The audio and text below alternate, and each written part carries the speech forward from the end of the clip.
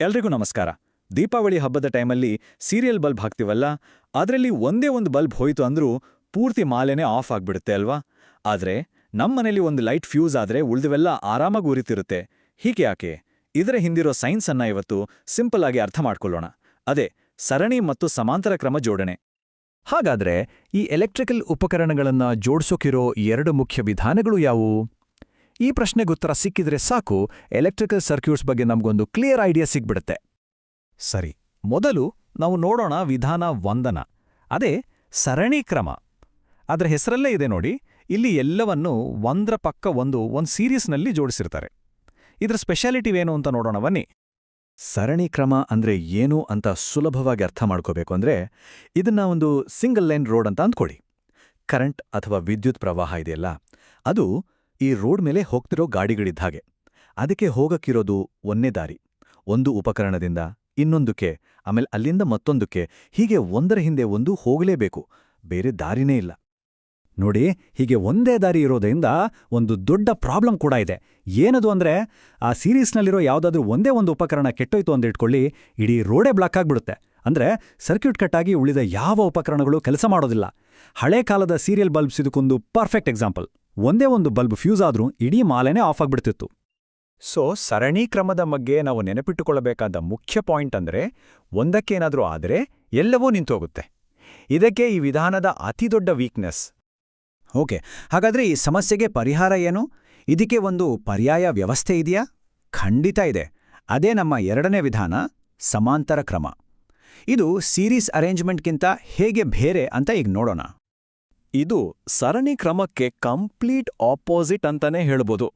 ಸಮಾಂತರ ಕ್ರಮದಲ್ಲಿ ಕರೆಂಟ್ ಹರಿಯೋಕೆ ಒಂದಲ್ಲ, ಹಲವಾರು ದಾರಿಗಳಿರ್ತವೆ. ಇಲ್ಲಿ ಕರೆಂಟ್ ಡಿವೈಡ್ ಆಗಿ ಪ್ರತಿಯೊಂದು ಉಪಕರಣಕ್ಕೂ ಸಪರೇಟಾಗಿ ಹೋಗುತ್ತೆ. ಇದನ್ನ ನಾವು ಒಂದು ಮಲ್ಟಿಲೇನ್ ಹೈವೇಗೆ ಹೋಲಿಸ್ಬೋದು. ಒಂದು ಲೇನ್ನಲ್ಲಿ ಟ್ರಾಫಿಕ್ ಜಾಮ್ ಆದ್ರೂ ಗಾಡಿಗಳು ಬೇರೆ ಲೇನ್ಗಳಲ್ಲಿ ಹೋಗ್ಬೋದಲ್ಲ, ಹಾಗಿದೆ. ಹೀಗೆ ಮಲ್ಟಿಪಲ್ ದಾರಿಗಳಿರೋದ್ರಿಂದ ಅಡ್ವಾಂಟೇಜ್ ಏನ್ ಗೊತ್ತಾ? ಒಂದು ಉಪಕರಣ ಕೆಟ್ಟೋದ್ರೂ ಕರೆಂಟ್ ಹರಿಯೋಕೆ ಬೇರೆ ದಾರಿಗಳು ಇದ್ದೇ ಇರತ್ತೆ. ಅದರಿಂದ ಪೂರ್ತಿ ಸರ್ಕ್ಯೂಟ್ ನಿಂತೋಗೋದಿಲ್ಲ. ಉಳಿದ ಎಲ್ಲ ಉಪಕರಣಗಳು ತಮ್ಮ ಪಾಡಿಗೆ ತಾವು ಕೆಲಸ ಮಾಡ್ತಾನೇ ಇರ್ತವೆ. ಗೊತ್ತಾಯ್ತಾ ಈಗ ನಮ್ಮ ಮನೆಗಳಲ್ಲಿ ಯಾಕೆ ಈ ಅರೇಂಜ್ಮೆಂಟ್ ಬಳಸ್ತಾರೆ ಅಂತ? ಸೊ ಸಮಾಂತರ ಕ್ರಮದ ಬಗ್ಗೆ ಸಿಂಪಲ್ ಆಗಿ ಹೇಳೋದಾದ್ರೆ, ಒಂದು ಫೇಲ್ ಆದ್ರೂ ಉಳಿದವೆಲ್ಲ ಕಂಟಿನ್ಯೂ ಆಗತ್ತೆ. ಇದೇ ಈ ಸಿಸ್ಟಮ್ನ ಅತಿ ದೊಡ್ಡ ಪ್ಲಸ್ ಪಾಯಿಂಟ್. ಓಕೆ, ಈಗ ನಮಗೆ ಎರಡು ವಿಧಾನಗಳ ಬಗ್ಗೆನೂ ಗೊತ್ತಾಗಿದೆ. ಇವೆರಡರ ನಡುವಿನ ವ್ಯತ್ಯಾಸಗಳನ್ನ ಇನ್ನೂ ಕ್ಲಿಯರ್ ಆಗಿ ಅರ್ಥ ಮಾಡ್ಕೊಳ್ಳಕ್ಕೆ ಬನ್ನಿ ಅವೆರಡನ್ನೂ ಒಂದಕ್ಕೊಂದು ಹೋಲಿಸಿ ನೋಡೋಣ. ನೋಡಿ, ಇಲ್ಲಿರೋ ಹಾಗೆ ವ್ಯತ್ಯಾಸಗಳು ತುಂಬಾನೇ ಸ್ಪಷ್ಟವಾಗಿದೆ. ಸರಣಿ ಕ್ರಮದಲ್ಲಿ ಕರೆಂಟ್ ಡಿವೈಡ್ ಆಗಲ್ಲ, ಒಂದೇ ದಾರಿ. ಆದರೆ ಸಮಾಂತರ ಕ್ರಮದಲ್ಲಿ ಕರೆಂಟ್ ಡಿವೈಡ್ ಆಗತ್ತೆ. ಇದೇ ಕಾರಣಕ್ಕೆ ಸೀರೀಸ್ನಲ್ಲಿ ಒಂದು ಫೇಲ್ ಆದ್ರೆ ಇಡೀ ಸಿಸ್ಟಮ್ ಸ್ಟಾಪ್ ಆಗತ್ತೆ. ಆದರೆ ಪ್ಯಾರಲಲ್ನಲ್ಲಿ ಒಂದು ಹೋದ್ರೂ ಉಳಿದೊಳದ ಆನ್ನಲ್ಲೇ ಇರುತ್ತೆ. ಈ ಎರಡೂ ಕೆಲಸ ಮಾಡೋ ರೀತಿಯಲ್ಲಿ ವ್ಯತ್ಯಾಸ ಇದೆ, ಸರಿ. ಆದ್ರೆ ಇವುಗಳಿಂದ ಆಗೋ ಒಟ್ಟು ರೋಧ ಅಂದ್ರೆ ಟೋಟಲ್ ರೆಸಿಸ್ಟೆನ್ಸ್ ಮೇಲೆ ಏನ್ ಪರಿಣಾಮ ಬೀರುತ್ತೆ, ಇದು ಕೂಡ ಒಂದು ತುಂಬಾನೇ ಇಂಪಾರ್ಟೆಂಟ್ ಪಾಯಿಂಟ್. ನೋಡಿ, ಸರಣಿ ಕ್ರಮದಲ್ಲಿ ನಾವು ಒಂದರ ಪಕ್ಕ ಒಂದು ಹೆಚ್ಚು ಉಪಕರಣಗಳನ್ನ ಸೇರಿಸ್ತಾ ಹೋದ ಹಾಗೆ ಕರೆಂಟ್ ಒಂದೊಂದರ ಮೂಲಕನೂ ಪಾಸ್ ಆಗಿ ಹೋಗ್ಬೇಕಲ್ಲ. ಹಾಗಾಗಿ ಆ ಸರ್ಕ್ಯೂಟ್ನ ಒಟ್ಟು ರೆಸಿಸ್ಟೆನ್ಸ್ ಅಥವಾ ರೋಧ ಜಾಸ್ತಿ ಆಗ್ತಾ ಹೋಗುತ್ತೆ. ರೆಸಿಸ್ಟೆನ್ಸ್ ಜಾಸ್ತಿ ಆದ ಹಾಗೆ ಕರೆಂಟ್ ಹರಿಯೋದು ಕಷ್ಟ ಆಗತ್ತೆ. ಆದ್ರೆ ಸಮಾಂತರ ಕ್ರಮದಲ್ಲಿ ಕಥೆನೇ ಉಲ್ಟಾ.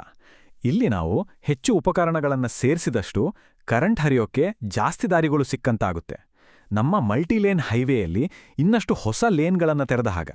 ಇದರಿಂದ ಏನಾಗುತ್ತೆ ಅಂದ್ರೆ, ಸರ್ಕ್ಯೂಟ್ನ ಒಟ್ಟು ರೆಸಿಸ್ಟೆನ್ಸ್ ಜಾಸ್ತಿ ಆಗೋ ಬದಲು ಕಡಿಮೆ ಆಗುತ್ತೆ. ಇದರಿಂದ ಕರೆಂಟ್ ಇನ್ನೂ ಈಸಿಯಾಗಿ ಹರಿಯುತ್ತೆ. ಹಾಗಾದ್ರೆ ಫೈನಲ್ ಆಗಿ ನಮಗೆ ಏನ್ ಗೊತ್ತಾಯ್ತು? ಸರಣಿ ಕ್ರಮ ಸಿಂಪಲ್ ಆಗಿರ್ಬೋದು, ಆದ್ರೆ ಒಂದು ಫೇಲ್ ಆದ್ರೆ ಎಲ್ಲವೂ ಆಫ್ ಆಗತ್ತೆ, ಮತ್ತೆ ರೆಸಿಸ್ಟೆನ್ಸ್ ಕೂಡ ಜಾಸ್ತಿ. ಅದೇ ಸಮಾಂತರ ಕ್ರಮ ತುಂಬಾನೇ ನಂಬಿಕೆಗೆ ಅರ್ಹ. ಯಾಕಂದ್ರೆ ಒಂದು ಫೇಲ್ ಆದ್ರೂ ಉಳ್ದವು ಕೆಲಸ ಮಾಡ್ತವೆ, ಮತ್ತೆ ಹೆಚ್ಚು ಉಪಕರಣಗಳನ್ನ ಸೇರಿಸಿದ್ರೂ ರೆಸಿಸ್ಟೆನ್ಸ್ ಕಡಿಮೆ ಆಗುತ್ತೆ. ಇದೇ ಕಾರಣಕ್ಕೆ ನಮ್ಮ ಮನೆಗಳಲ್ಲಿ ಸಮಾಂತರ ಕ್ರಮವನ್ನೇ ಬಳಸ್ತಾರೆ. ಹಾಗಾದ್ರೆ ಸರಣಿ ಕ್ರಮಕ್ಕೆ ಎಲ್ಲೂ ಉಪಯೋಗವೇ ಇಲ್ವಾ? ಖಂಡಿತ ಇದೆ. ಅದ್ರ ಬಗ್ಗೆ ಸ್ವಲ್ಪ ಯೋಚನೆ ಮಾಡಿ ನೋಡಿ. ಮುಂದಿನ ಬಾರಿ ಮತ್ತೊಂದು ಇಂಟ್ರೆಸ್ಟಿಂಗ್ ಟಾಪಿಕ್ ಜೊತೆ ಸಿಗೋಣ.